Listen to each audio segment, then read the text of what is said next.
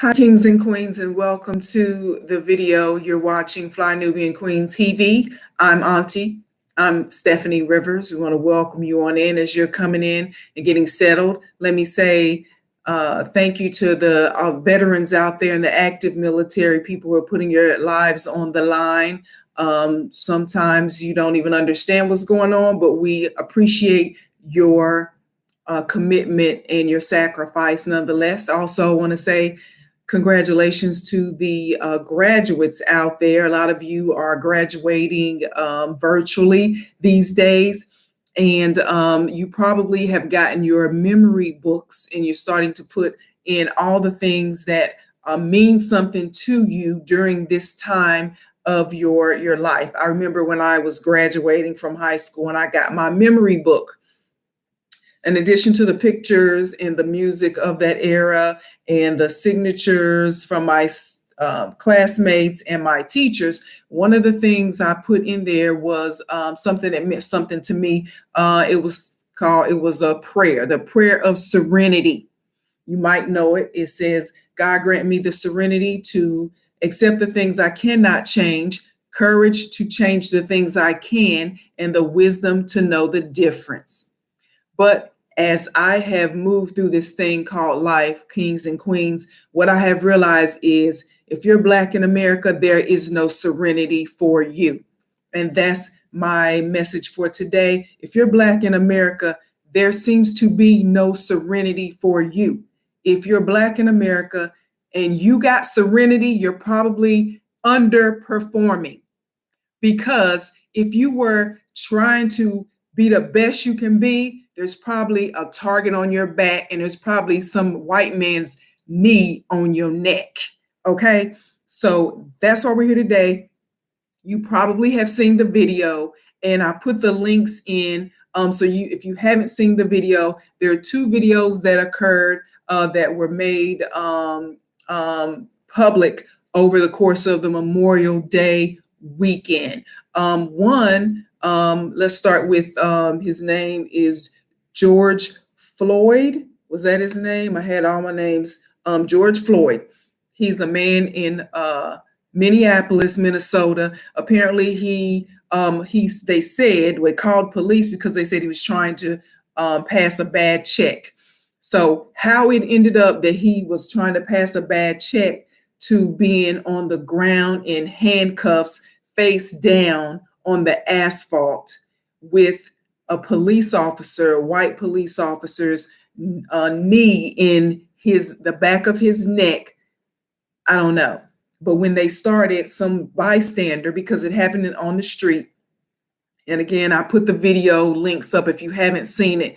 But essentially, if you've seen it, you know the story. If you don't, he was essentially died on the video. When the video started, George Floyd was saying, I can't breathe. Please help me. Please stop. Get your knee, asking for help. And the bystanders are taking videos of this. And by the time the video stopped, George Floyd no longer was moving. He essentially died on video, died in front of dozens of people on the street live. And now tens of thousands of people have seen the video of this man passing while the white police officer kept his knee on George Floyd's neck at least 5 or 10 minutes. Okay. While a second police officer, an Asian guy, can't pronounce his name, but kept the bystanders at bay. So that while I watched that video, in addition to watching Mr. George Floyd as his life was leaving him, and I'm going to try to stay not as emotional as I could be because I'm trying to get a point across. But while I watched him, I also was looking at the demeanor of this police officer who is clearly showing disdain, he was unconcerned that he could be choking the life out of this guy for no reason at all. Now, as you probably already know by now, they said it was 4 police officers involved. I only saw 2 on the video, the one who was choking him, the white man, the one who was guarding the choker, the Asian dude. And since then, the mayor has come out against it. The police chief of Minneapolis has come out against the actions, and the 4 police officers have been fired, and rightfully so. It shouldn't take an investigation of any sort. If you have compassion, if you see the video, see the 5 or 10 minute video, there's nothing to investigate. So I agree they should have been fired. That's one thing. Number 2 is they said there's going to be an investigation because they might be charged, some type of federal investigation, violation of his civil rights, a number of things. And I don't know what there is to investigate. Now, of course, they're going to just say that because nobody wants to make a rush to judgment. I understand that. But this is happening too many times, and it's happening so frequently that Black people, people of color, are being brutalized in public on video. It's like we can't fight one challenge before another challenge happens, and I'm just unclear as to what is it that we see, what is it that I see that you, federal investigator, can't see that takes you so long to make a decision. So these police officers, in my opinion, need to be charged with murder because he died. He was not fighting them. He was not being aggressive towards them. And of course, you know, everybody who's in that position, all the police officers who are in the position of ending up in the person in their custody dying, they say, oh, he resisted earlier. Okay, well, that was earlier. 10 minutes, you had your foot on his neck, your knee on his neck, and he was not resisting. And so what is it about that makes you say that was okay for you to do that? So I think they should be fired, and they have. I think they should be charged with murder, and I think they should be convicted of murder and go to prison like the rest of the murderers. Okay? That's one video. And then, of course, they've been protesting in Minneapolis, and there's a lot of video about that. And so people of all races and all colors are coming out against these activities or against this video, and rightfully so. It shouldn't be, there's no reason why people who have common sense can't see how wrong this is for this to have happened. That's one thing. And I'm going to try to keep my thoughts together because there's so much I want to say, but I know, you know, you've seen so many videos and you hear so much information. I try to be concise, but sometimes, you know, kings and queens, it takes time after you hear things over and over, that's when it starts to become solidify in your mind that you need to take action, that you cannot just look at a video and turn it off and keep it moving. You got to take action, because that George Floyd could have been your father. He could be your husband. He could be your son. And don't wait until it's your son, your father, your husband before you act, because if we don't stop this now, if we don't stop the systematic genocide of Black people in America, your time, my time is coming up. Okay, so that's the first video that happened. And then, of course, there was the young lady. Her name is Amy Cooper. She was walking her dog in the Central Park area of New York City earlier in the Memorial Day weekend. And apparently she was walking her dog. It was not on the leash. And she came up on Christian Cooper. Amy Cooper is a white woman with a dog, and Christian Cooper is a Black man who was bird watching, and apparently, there are signs that say, please leash your dog, like at every park. I mean, who doesn't know that? Unless you're in a dog park, you leash your dog. Okay, first of all. So secondly, he asked her to leash the dog. And then at some point, that's when he cut on his video, because she became agitated, frustrated, that he asked her to follow the law. Okay. So she starts, and then that's when I guess he saw, okay, she's about to cause some problems, or she's about to claim that I'm causing problems. And so he cut on this video on her ass. Okay. So then you see her coming towards him. He's standing still. You see her coming towards him saying, cut off the video, and I'm going to call the police and tell him a black man is harassing me, and I'm afraid. He said, okay, please call the police, because he's getting this all on video. So you probably have seen it. If you haven't, I put the link already in there for you. And again, if you like this video, or you think somebody should see it, then please share this video. Also, text Queens to 31996 if you want to get notified when we post new videos. Text Queens to 31996. And if you like what you see in here, then you can go to our website and shopfnq.com. That's shop FNQ, Fly Nubian Queen. Shopfnq.com, and see the array of paraphernalia that we have. I have on my melanated masterpiece shirt today. Anyway, so back to what I'm here for. So essentially, Amy Cooper calls the police and says, there's a black man in the park and he's harassing me and my dog.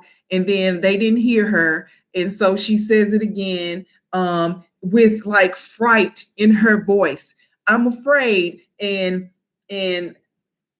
clearly she was not, Christian Cooper, the black man, was not threatening her in any way, physically or verbally, in no way.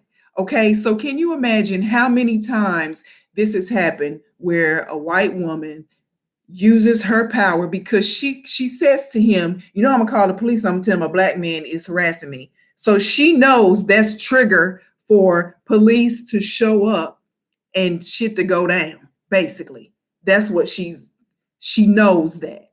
And so can you imagine how many times that has happened and we didn't see it on video, and the result is a man is dead, a black man is dead? Can you imagine how many times a police officer has used his power against an unarmed black man, and the video was not around, and the black man ends up dead, and we didn't see it? Because see, we shouldn't have to do this, but video technology is like one of the best things that happen to black people. Okay. So if you probably have a phone, because if you're watching this, you got a laptop or a phone. Okay. You need to know how to go live at a moment's notice.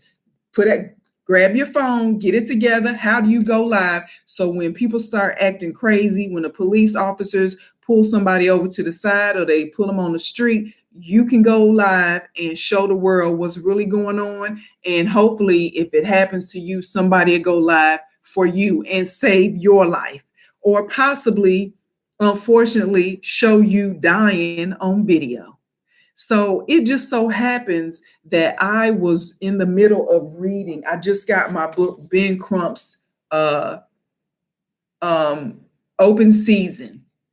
And it's talking about the legalized genocide of colored people. But I'm talking about black people in America. And so in here, I'm not even on page 22 yet. And he's already listing, Attorney Crump is already listing the number of cases in America in the past 5 years or so where black men end up dead at the hands of police officers or wannabe police officers. that is his proof that there's a legalized genocide of colored people in America. And so I opened it up, and one of the things that I read, and that's why I brought up the prayer of serenity, is his opening. It says, it's a quote by Angela Davis. It says, "I am no longer accepting the things I cannot change. I am changing the things I cannot accept." Angela Davis. And I wrote underneath, "No serenity if you're Black in America," because this is what's going on, people. This is what's going on. So I urge you to get this book. I'm on page 22, and I already want to go kick some ass or something. And I'm like a nonviolent person, but it's come to the place that we have to stand up for ourselves. You got to know the law in your state and go get your LTC, your license to carry, and go start practicing. And I'm not inciting anyone to violence, but I am saying know the law in your area and go get your LTC. I got mine. And so for a number of reasons, for protection, of course, but if I need to defend myself, I'll be ready. I'll be ready. So I want to go back because a lot of us are, I don't know what we're doing. We're busy playing video games, or we're, waiting for the football season to start, or baseball or whatever. We're like not on course. See, if you want to stop legalized genocide of Black people in America, you got to have a plan. And a part of that plan is knowing what the enemy's plan is. Yeah, I know what their plan is. And their plan is whether we do it one at a time and kill them, or whether we do it a group at a time and poison them, or whether we make them so frustrated that they kill each other. They got a plan for us. And so we got to have a plan for us, okay? Which it starts with a family plan. One, you and your family have to have a plan as to how you will proceed in case anything happens, whether it's a fire at the house and where do you meet up, whether a national or a terror attack happens or a natural disaster happens and y'all are not together, where are we going to meet up? What is the plan? Whether somebody comes into our neighborhood or our community, what are we going to do to defend ourselves? So it starts with your family. And then if you are a member of an organization like a church or some type of civic group, you need to have a plan of action, because trust and believe, these things that are happening are not happening by happenstance. It's happening because, for a number of reasons, it's happening, but it's happening, one, because we as ADOS, African descendants of slaves, as Black people in America, as brown people in the world, have been relegated to a lower class society, that people don't respect us and they don't value us unless they're making money off of you. And then they think, okay, when I'm finished with you, then on to the next one. And so when they treat us like they treat us individually or collectively, that is an indication that they don't value you. So we have to start valuing ourselves enough to have a plan and to let people know that you can't treat us like that. And we just can't say it. You got to do it. You got to do something about it. Okay. So I am just, it's, again, when you look at the videos, and the most recent video dealing with Amy Cooper and Christian Cooper, they're not related, but happen to have the same last name. She's a white woman. He's a Black man. The latest video or latest article that came out was of Christian Cooper, the Black man, saying he doesn't see why or how Amy Cooper losing her job has anything to do with systematic or stopping systematic racism in America. And so if I could have a conversation with Christian, I would say this: it is very pertinent that people like Amy Cooper lose her job, because after the video went viral with him videotaping her, calling police, saying, "Oh, I'm in the park and my dog and I are being threatened by a black man," police show up. They show up on some shit like that, hands on the trigger.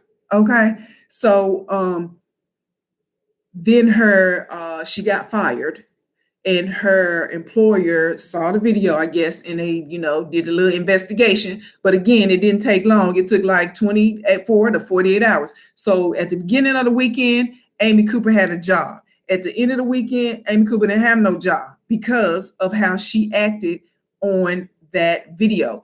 So she later came out and said, "Oh, I wasn't trying to be racist. I just felt afraid. I felt scared." Okay, but what was it, Amy Cooper, that you felt scared about? You were in the park with a dog off the leash. The man asked you to put it on the leash. Like, if you are that afraid, you shouldn't leave the house. Then just stay in the house, because this false sense of terror against people of color, against a black man, like, what is wrong with you, lady? There's nothing wrong with him. It's everything wrong with her. So let me get back to what I was saying. So Christian Cooper comes out and says, I don't see why it's important for her. I don't see how her losing her job is going to change racism in America. Here's how her losing her job and the 4 police officers losing their job is going to help stop racism in America. Because racism in America says that the overall picture, in fact, I got this from the book. Attorney Crump was talking about how in law school, when he was in law school, one of his law professors asked the class, "What is racism?" And they finally came down to the answer was, after everybody tried to get it right, and the professor was even offering money. Essentially, the answer came down to a group of people who feel like they deserve a better lot in life over another group of people, simply because they think that second group is just less than, and they think they're better than. So when you think that you are just simply better than someone else, and you use your power to make that happen, you're racist. And so going back to Amy Cooper, when Amy Cooper loses her job, and when she's not anonymous, but everybody knows her name, and they see the video and they see how she's acting. So she loses her job, she loses her status, she loses her money and her monetary gain. She loses the power that she had. Then when that continues to happen systematically, racism will stop happening systematically.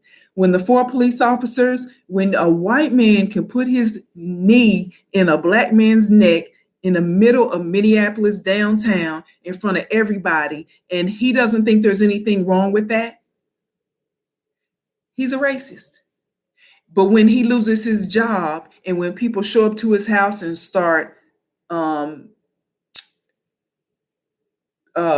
picketing, when people know his name and he can't hide behind the badge, when he goes out now and people know, oh, that's that racist police officer who put his knee in that man's neck until he died. When he starts to lose his status, then he will change the way he thinks. When the other police officer who stood by and let it happen and didn't say anything and justified it, when they start to feel the pressure, when they lose money and their family is affected, because see, these are things that happen to us as Black people when we are subjected to racism. We lose lives, we lose status, we lose our power, we lose money. All these things happen to us as a result of racism. But when the racist starts to feel that same way, then they will cease to do it as much, and then they will start to understand how their racist ways have negatively affected people. And then that's when people start to have um, empathy for each other. And so that's what needs to happen. So when Christian Cooper says, "Oh, I don't know how her losing her job is going to change anything," it's going to change a lot of stuff. I bet you Amy won't do that stuff no more. I bet she won't do it again. I bet she think it twice before she come up and start talking about a black man did this. You know what I'm saying? So it's very important. And I listen to a lot of podcasts and videotapes, and there's just so many steps to us bringing ourselves together as a community. Black people, people of color, ADOS, African descendants of slaves. There's so many things that we need to do, but doing it collectively is how we're going to make a difference. And so I'm trying to make sure that I went over everything, because I just get so wrapped up in talking, and I'm an emotional person, but sometimes emotion clouds the reality of what's going on, because when you start getting emotional, you lose track, and then the people start focusing on the emotion, and like it's really a matter of numbers, and it's really a matter of right and wrong. And so I just wanted to share that with you, that you need to evaluate yourself. If you can look at that type of video and it doesn't faze you, something is wrong with you. Whether you're black, white, brown, something is wrong with you. You have to decide, why am I not affected by this? And secondly, black people in America, like my mother always tells me, and it was one of my previous messages, people treat you the way you allow them to treat you. So if you allow people to kill somebody who looks like you for no reason at all, if you allow people to get away with it for no reason, and not be held accountable, then they're going to keep doing it. It's just like a bully in the schoolyard. The bully is going to pick on the person who doesn't fight back. But the person who fights the bully ain't got no words for that person. Okay? So be the person that the bully is not going to pick on, and be collectively the person the bully will not mess with. You know what? There was a time, how there's this ongoing joke. I'm trying to find something to wipe my tears with. There was this ongoing joke that and it probably was like what Dave Chappelle or somebody. I know it didn't start with him, but he's probably did his joke where there's a black dude or a black person and they're somewhere by themselves, and then they need help, and they say, "Hootie hoo," and then all these black people come out from everywhere to help them fight. We need some hootie hoos, y'all. We need some raw hootie hoos out there to come together. And so it's like, just to let people know, look, you're not going to just show up and see a lone black person and think, okay, they're vulnerable, and I'm going to run this person down with my truck and drag them behind my truck, or I'm going to jump off and start fighting them and shoot them and claim I was defending myself, coming up with some bullshit. Basically, we need to start the Raw Hootie Hoos Club. Okay, that's what we need to start. And believe it or not, I can fight. I don't like to fight, but it's a lot of stuff I do that I don't want to do. I do because I got to. So, at any rate, that's it. And again, if you want to share this video, then please do. And if you want to be notified when we post new videos, please post them. Please text to please text Queens to 31996 and look at these videos that I have linked so you can understand what's really going on. And we got to come up with a plan, and we got to work that plan. And that's it. If you want to follow me, you can. I'm at, this is my YouTube channel, and I also am on Twitter at Team TCB Steph. So that's Steph, STEF, Team TCB Steph.